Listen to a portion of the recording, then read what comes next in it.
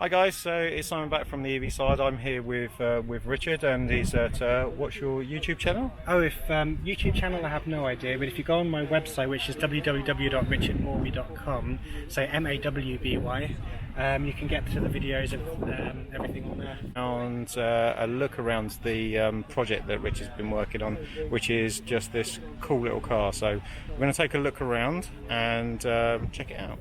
Okay, so Richard. Yeah. Walk me through this this strange beast that you've created. Oh, strange beast. I don't know if anyone remembers back in 2004 or 5 when the GWIZ first came out. So they were the first mass-produced electric car, especially in London. I think they were the about it. You can correct me, but I think they were the first mass-produced electric car in the world. I think so. It's manufactured in India, so you've got a bit of kind of shabby build quality, and it looks almost like something out of looks like a frog almost. It does look like a frog, but it's cool. But no, I just thought, okay, I want to get off petrol and diesel without spending a fortune this year. And in light of my projects last year with the solar powered tricycle, I thought, okay, I don't need anything huge to travel around with, but I wanted something kind of practical that had the range that I wanted, and there's not really anything out there without spending like 30 grand on a car with like 150 mile range. So I thought, okay, I'll do some research. I found out how simple it was to kind of just change the batteries over to the GWIZ. There wasn't much information out there, not many people have documented it. So I did a lot of digging, found a few people who were willing to talk to me about what they'd done, and so I kind of took the plunge. And well, this isn't the original GWIZ, as you'll see in the videos. I had a blue DC model before, so I took the plunge and bought that. And the idea behind it was to, okay, excuse the mess of the car, because I'm travelling in it for the summer. But the batteries down here, I had these built like e-bike batteries. So, okay. So they're 48 volt. Each one is 48 volts, and they've been built to the almost perfect dimensions to fit right in the old battery trays. Nice. So this gives me about a 23 kilowatt pack using used laptop cells. If I was to use brand new cells, I would have about nearly a 40 kilowatt pack. Wow, and what kind of range do you get out of it? So it's all on here. So basically, without the trailer, I'm getting, which we'll show you in a moment. Yeah. So without the trailer, I'm getting 155 miles with the 23 kilowatt pack. Wow. If I was to upgrade this to 3.5 amp hour, like full capacity cells, then I would have the range of the lower end range of a Tesla. So you basically get more range out of your car than I do in my current BMW i3. Yeah. Nice. Actually, Carol, you're not far away, so what we have to do at some point, do a video of us. The range, the range tested. Yeah, that'd be brilliant. But yeah, on here, I don't know if you can capture that, but there's all the information about 2019 models. I don't know if your i3 is similar to that, but that's the 42 kilowatt pack, about 153 miles. But I'm basically beating all the, well, probably say economy cars. The standard sort of, And so what I've actually done, I brought this car back to life for your everyday kind of use. So if you come around the side,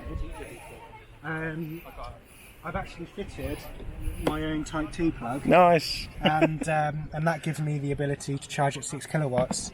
Awesome. I've got the chargers in the boot, and it's a bit messy in there, but I've got two chargers. You can put the camera right in. So there's 2 chargers down here, and that's my solar charge controller that I just kind of hook up to the panels.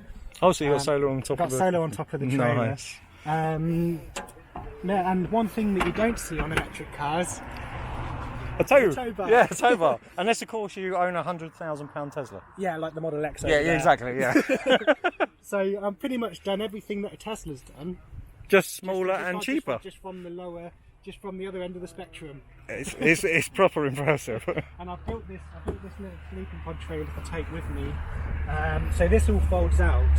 So that will all go back. That will all go back in. And so I can park in car park spaces for charging and things like that. Yeah. But then when I'm ready to sleep, this just pulls out, and as you can see in there, that's my sleeping space.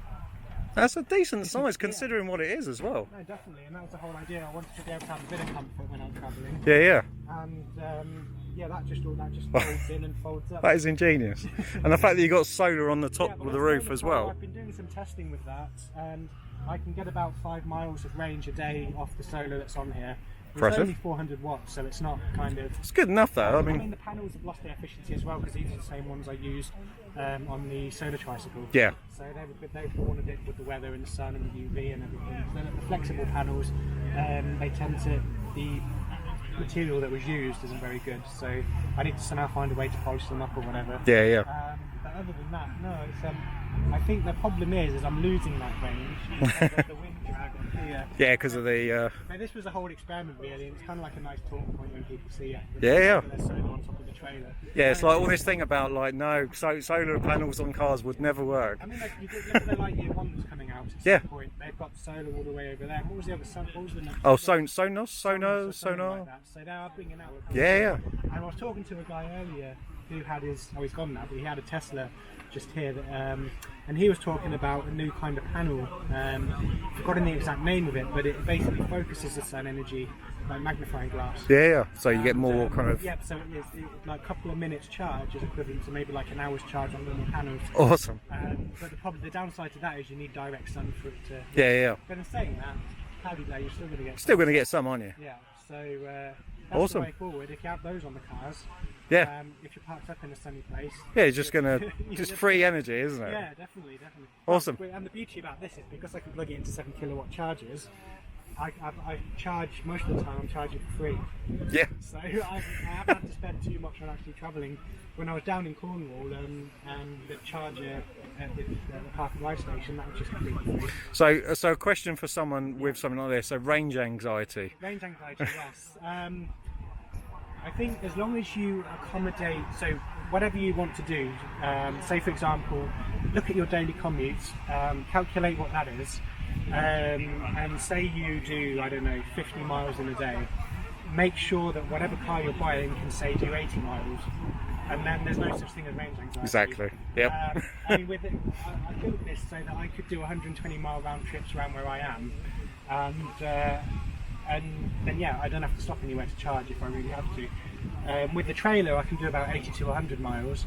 That's still not bad. I tend to only ever drive half the range of what my battery actually is. Yeah. So to accommodate for any event of what might happen. So I'd often do about 40 miles, which is about the right time to take a break anyway. Yeah. Charge up, just sit there for an hour or two, or maybe an hour and a half, and then carry on. And it's a whole different way of driving. But if you are doing a longer range journey, you've just got to plan a bit differently. Yeah. And it's a much nicer pace of journey. In the rush society. Yeah, it's not. With now you can just find somewhere nice. A lot of charge points nowadays are in quieter locations. Yeah, so you can chill out for a bit. Yeah, you can chill out.